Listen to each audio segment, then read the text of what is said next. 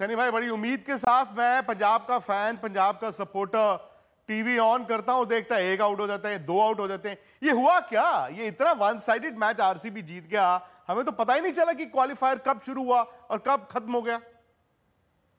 देखिए, पिच में थोड़ी सी घास भी थी, जिससे ये तो पता था कि जैसा हमने देखा है कि पंजाब में मतलब मोहाली पर भी आप जब खेलते थे तो पिच में थोड़ी सी उछाल होती थी, और थोड़ा सा जब हल्का सा भी घास होता है तो गेंद थोड़ी सी हिलती भी है गिरने के बाद, और वही हो रहा था। और इसीलिए ये थोड़ा जरूरी था कि पहले 6 ओवर में जो फटाफट शॉट मारने से सफलता मिलती थी बाकी पिचेस पर, इस पिच पर थोड़ा सा संभल कर खेलना था। वैसा उन्होंने किया नहीं। पंजाब ने सारे बड़े शॉट्स मारने के प्रयास में आउट हो गए, और इसी की वजह से ये जो स्कोर हमने देखा, मतलब 15वीं ओवर में जब कोई टीम ऑल आउट होती है और वो खास करके प्लेऑफ में, तो फिर जीतने के तो चांसेस बहुत बहुत कम हो जाते हैं। सनी भाई, एक टीम पंजाब है, उसकी चर्चा करेंगे। मुझे तो समझ नहीं आया कि गेम सेंस कहाँ थी, एकदम फ्लैट कैसे हो गई ये टीम जो टॉप करके आई थी। लेकिन दूसरी तरफ आरसीबी, अच्छा आरसीबी के फैंस 2008 से वो उस कप का इंतजार कर रहे हैं। मुझे तो लग रहा है ना सिर्फ ये फाइनल में पहुंच गए हैं, बल्कि हो ना हो यही साल आरसीबी का हो जाए, इसी साल वो टाइटल भी जीत जाएं। देखिए, जिस तरह से वो खेल रहे हैं, जिस तरह देखिए इनके लिए इस मैच में जो सुयश शर्मा ने प्लेयर ऑफ द मैच का खिताब जीत लिया, वो उनका 9वां प्लेयर था। अलग 9वां player man of the match का, प्लेयर ऑफ द मैच का। इससे आपको पता चलता है कि इस टीम में कोई मतलब एक या दो प्लेयर पर डिपेंड नहीं करती है टीम। मतलब कोई ना कोई उनके लिए काम करता रहता है। कृणाल पांड्या ने मैन ऑफ द मैच किया है, कोहली ने मैन ऑफ द मैच किया है, फिल सॉल्ट ने किया है, इतने लोगों ने, जितेश ने किया है, इतने लोगों ने जो परफॉर्मेंस किया है, पूरी तरह से टीम का एफर्ट लग रहा है। और एक अच्छा कप्तान है, शांत कप्तान है, समझदार कप्तान है, और उसी की वजह से टीम का परफॉर्मेंस भी काफी अच्छा रह चुका है। जीत रहे हैं आरसीबी। मुझे लग रहा है कि जिस तरह, जिस कॉन्फिडेंस के साथ सनी भाई, स्पेशली हेजलवुड के वापस आने से, मुझे लगता है हेजलवुड के वापस आने से उनकी टीम बड़ी मजबूत हुई है। वो जो गेंदबाजी उनकी एक छोटी सी कमजोर कड़ी थी, वही उनकी ताकत बन गई आज। जी बिल्कुल। देखिए, उनके पास भुवनेश्वर कुमार जैसे अनुभवी है, यश दयाल जैसे युवा खिलाड़ी है, बाएं हाथ की भी है वो, और उसके साथ में अगर जॉस हेजलवुड, जिनके पास एक्सपीरियंस है, अनुभव है, जिनके पास काबिलियत है, जिनके पास हाइट भी है, उसका अच्छी तरह से इस्तेमाल किया इस पिच पर जहां पे थोड़ी सी उछाल थी, तो फिर उनके खिलाफ रन करना थोड़ा सा मुश्किल बन जाता है, और वही हुआ। और इसीलिए टोटल ऑलराउंड परफॉर्मेंस था आरसीबी का। सर में ना पंजाब जीता है कभी, ना ही आरसीबी जीता है, बल्कि पंजाब तो 11 साल बाद प्लेऑफ खेल रहा था। क्या ये जो पंजाब की ताकत को कमजोर किया? बिकॉज मुझे लगा कि जो अनकैप प्लेयर्स हैं, भले वो प्रियांश हो, प्रभ सिमरन हो, निहाल वडेरा हो, शशांक हो, या बाकी खिलाड़ी हो, वो लीग में तो बड़ी जबरदस्त क्रिकेट खेल के आए। यहां मुझे आके लगा समहाउ कि इतना बड़ा स्टेज, इतना बड़ा मैच, फाइनल की टिकट, वहां ऐसा तो नहीं आपको लगा कि वही अनकैप प्लेयर्स शायद थोड़े से सहम गए, डर गए, टिमिड दिखे? हाँ, आप ये बिल्कुल कह सकते हैं, क्योंकि लीग में आपके पास, आपके मन में हमेशा ये रहता है कि भाई इस मैच में रन नहीं बने, इस मैच में विकेट नहीं मिली, तो कोई बात नहीं, और एक मैच है, और दो मैचेस है आगे।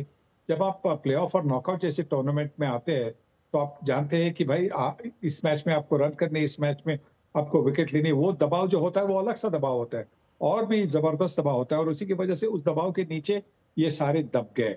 और इसी की वजह से ये यही आशा करते, क्योंकि दो मौके मिलते, ये आशा करते कि इस अनुभव से वो सीख लेंगे कि भाई जो भी हो, नॉकआउट हो, जो भी हो, यहाँ पे हमें उसी तरह से खेलना है जिस तरह से हमने लीग में खेलकर नॉकआउट में प्रयास किया था। नंबर 1 थे पंजाब किंग्स, लीग खत्म होने पर नंबर 1 पर थी ना, क्योंकि उन्होंने भी अच्छी तरह से ऑलराउंड परफॉर्मेंस की थी।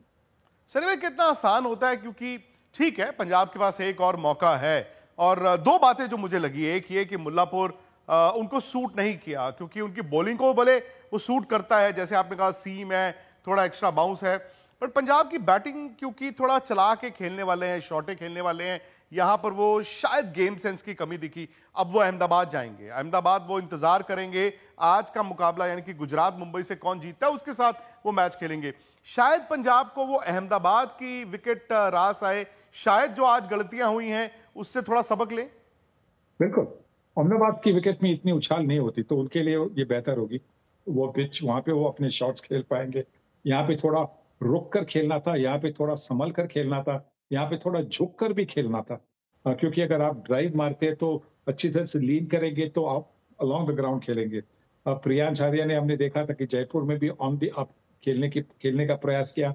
उस पिच पर ज्यादा उछाल नहीं थी तो ऊपर से फील्डर के ऊपर से उन्होंने मार दिया। यहाँ पे 2 बार ऊपर से मार के 2 बार बच के तीसरी बार आउट हो गए। तो यही एक होता है कि जब पिच में थोड़ी सी उछाल होती है तो थोड़ा सा संभल कर खेलना होता है। तो वो उन्होंने नहीं किया। पर अहमदाबाद की पिच, आप बिल्कुल सही कह रहे हैं कि अहमदाबाद की पिच उनके बल्लेबाजों के लिए अच्छी पिच रहेगी। तो शायद ये जो परफॉर्मेंस आपने देखा उनके बल्लेबाजों से, वो अहमदाबाद में नहीं देखने मिलेगा। शायद वहां पे वो 200 के ऊपर भी रन कर सकते हैं। पता नहीं तब क्या होगा सनी भाई, पहले तो इंतजार करना होगा ना कि मुंबई गुजरात में से कौन सी टीम आज बाहर होगी और कौन सी टीम वो क्वालिफायर 2 में जाएगी आपके लिहाज से। आई नो, मैं जानता हूं कि जैसे मैं पंजाब को फेवर करता हूं, आपके दिल के बड़ी करीब है Mumbai Indians, but in conditions को, इस विकेट को देखते हुए, ये देखते हुए कि गुजरात थोड़ा सा डिप किया है, क्या आप मानते हैं कि मुंबई के पास आज हल्का सा एज है? क्योंकि उनके पास बड़े अच्छे गेंदबाज है, नया गेंद इस्तेमाल करने वाले बड़े अच्छे गेंदबाज है। और ट्रेंट बोल्ट है और जसप्रीत बुमराह है। हार्दिक पांड्या भी नंबर 3 पर बॉलिंग कर सकते। दीपक चहर कितने फिट है पता नहीं, क्योंकि 2 दिन पहले की जो मैच थी वहां पे वो थोड़े से अनफिट लगे। उनकी गति तो बिल्कुल 119-20 की उनकी गति थी, तो वहां पे उससे वो कुछ कर नहीं पाए। तो अगर वो फिट नहीं होंगे तो फिर और एक गेंदबाज उनको कम दिखेगा। पर फिर भी अगर ट्रेंट बोल्ट और जसप्रीत बुमराह ने उनकी 3 भी ओवर अच्छे किए, 4 ओवर में से 3 भी ओवर अच्छे किए, तो फिर मुंबई इंडियंस गुजरात टाइटंस को रोक सकती है। बहुत रन बनाने से, बहुत रन बनाने से रोक सकती है। सर भाई, ज्यादा झटका बड़ा किसके लिए था? गुजरात, बटलर और रबाडा का ना होना, या फिर मुंबई, विल जैक्स और रिकल्टन का ना होना? और गुजरात टाइटंस को देखिए, गुजरात। गुजरात को, क्योंकि देखिए रबाडा की बात छोड़िए, क्योंकि रबाडा इस बार इतने फॉर्म में नहीं थे। पर आप अगर जॉस बटलर की देखिए, जॉस बटलर ने 500 के ऊपर रन बनाए। 500 के ऊपर उनके पास जो उनके टॉप 3 है, उनमें से साई सुदर्शन और शुभमन गिल कप्तान, उन्होंने 600 के ऊपर रन बनाए और जॉस बटलर ने करीबन 550 के रन बनाए। तो अगर वो आप 3 में से वैसा एक भी फलंदाज निकल जाता है तो फिर मुश्किल बनता है। क्योंकि नंबर 3 पर अगर जल्दी विकेट गई तो आपको एक अच्छा बल्लेबाज चाहिए जो रोक भी सके पहले 6 ओवर में और एक विकेट जाने से, और स्कोर भी मेंटेन कर सके। आपने इंडिकेशन तो सनी भाई दे दिया है मेरे पिछले 2 सवालों से, लेकिन आपके लिहाज से कौन है आज जीतने वाली टीम? आपकी प्रेडिक्शन क्या है? इस पिच पर मुंबई के पास अच्छा अटैक है, तो मुझे लगता है कि शायद मुंबई, अगर उनके लिए बैटिंग भी आसान नहीं होगी, क्योंकि रिकल्टन नहीं होंगे, जॉनी बेयरस्टो शायद ओपन करेंगे रोहित शर्मा के साथ। तो ओपनिंग पर काफी काफी निर्भर है, पहले 6 ओवर के पावर प्ले पे काफी निर्भर है। अगर इन्होंने बल्लेबाजी के वक्त मुंबई ने पहले 6 ओवर में भले ज्यादा रन नहीं किए पर एक आधी विकेट ही घुमाई, तो फिर वो और ज्यादा रन बना सकते हैं। और जब गुजरात बैटिंग करने आएगी तो पहले 6 ओवर में अगर उन्होंने 2 विकेटें ले ली तो फिर मुंबई इंडियंस जीत सकती है। और इस तरह के मैच में ये होता भी है ना, बैटल ऑफ नर्व्स, जैसे पंजाब के साथ हुआ। और पहला वो 20-25 मिनट होते हैं जी, गेंदबाज वापसी कर लेता है, लेकिन जो बैटिंग कर रहा होता है, अगर वहां पे एक गलती तो आप आउट, दूसरी गलती तो दूसरा आउट। और यही शायद कल रात पंजाब के साथ हुआ था। टॉस एक अहम चीज होगी। सनी भाई, एक बार फिर कल सुबह आपसे जुड़ेंगे हम। बहुत बहुत शुक्रिया आपका।